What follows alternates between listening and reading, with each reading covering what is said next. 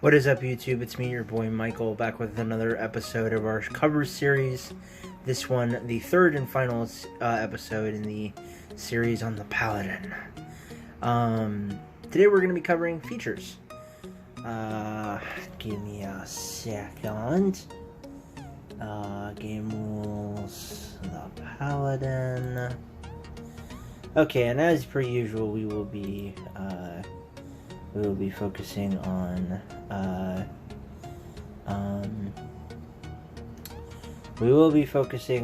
the top three, starting with the Oath of Devotion.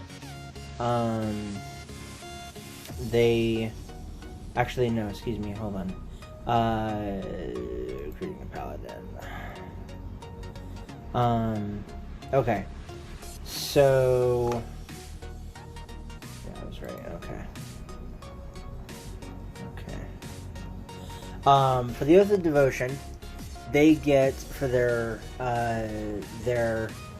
Paladin spells, they get Protection from Evil and Good and Sanctuary at 3rd level. At 5th level, they get Lesser Restoration and Zone of Truth. At 9th level, they get Beacon of Hope and Dispel Magic. At 13th level, they get Freedom of Movement and Guardian of Faith. And last but not least, at 17th level, they get Commune and Flame Strike, which is not bad. Then their features are Aura of Devotion, starting at 7th level. You and friendly creatures within 10 feet of you can't be charmed while you are conscious. At 18th level, the range of the aura increases to 30 feet. At 15th level, you gain Purity of Spirit, which is, beginning at 15th level, you are always under the effect of the Protection from Good and Evil spell. And last but not least, at 20th level, they get Holy Nimbus, which is at 20th level as an action. You as the player, as the character, can emanate an aura of sunlight for 1 minute. Bright sunlight shines from you in a 30-foot radius, and dim light shines 30 feet beyond that. Whenever an enemy creature starts its turn in the bright light, the creature takes 10 radiant damage. In addition, for the duration, you have advantage on saving throws against spells cast by fiends or undead. Once you use this feature, you can't use it again until you finish a long rest. Next is going to be the Oath of the Ancients. Their spells are 3rd level, Ensnaring Strike and Speak with Animals, 5th level, Misty Step and Moonbeam, 9th level, Plant Growth and Protection from Energy, 13th level, Ice Storm and Stone Skin, and 17th level, Commune with Nature and Tree Stride. Tree Stride's a really good one. At 7th level, they get Aura of Warding, which essentially allows them to have resistance to damage from spells within 10 feet. You and all allies within that. By creating an Eldritch Ward. At 18th level, it increases the aura's range to 30 feet.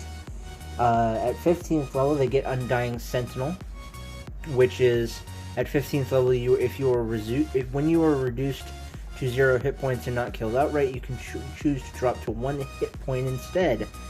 Once you use this ability, you can't use it again until you finish a long rest.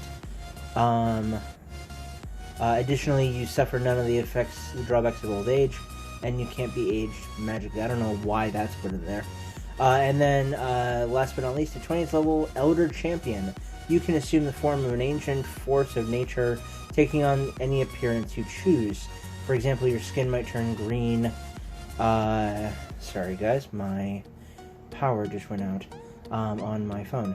And take on a bark-like texture. Your hair might become leafy and moss-like, or you might sprout antlers or a lion-like mane. Using your action, you can undergo a transformation for 1 minute for 1 minute you gain the following benefits. At the start of each of your turns, you regain 10 hit points. Whenever you cast a Paladin spell that has a casting time of 1 action, you can cast it using a bonus action instead.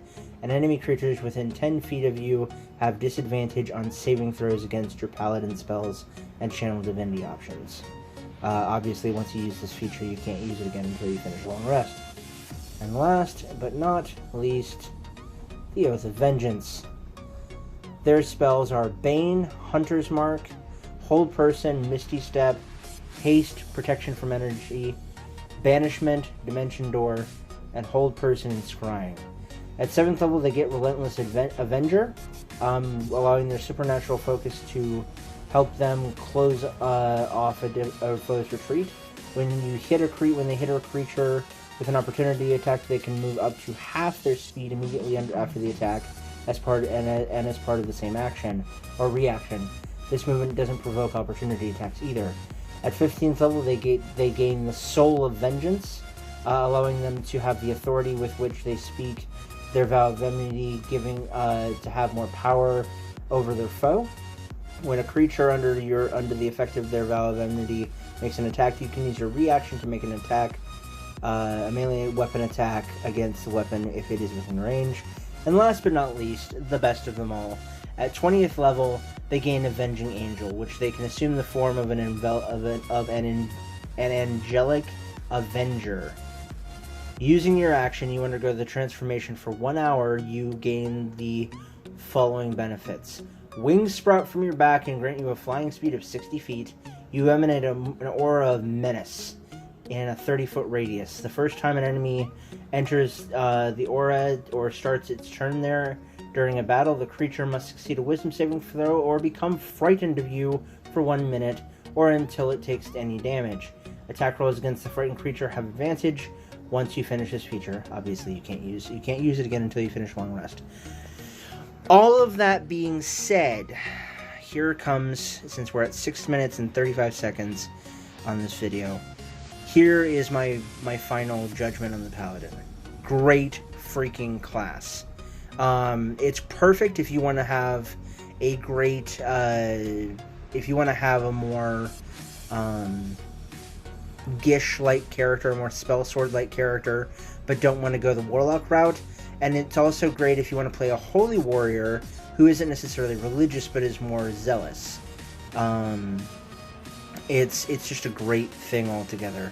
And I highly recommend it because of its relative simplicity, its closeness to the fighter, and also a lot of its abilities that are close to the to other things that other classes have.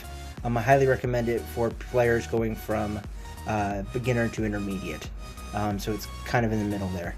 But until next time, guys, tomorrow when we start our last series covering the Cleric, keep it real, keep it safe, keep it healthy, and we'll see you guys again soon. Later.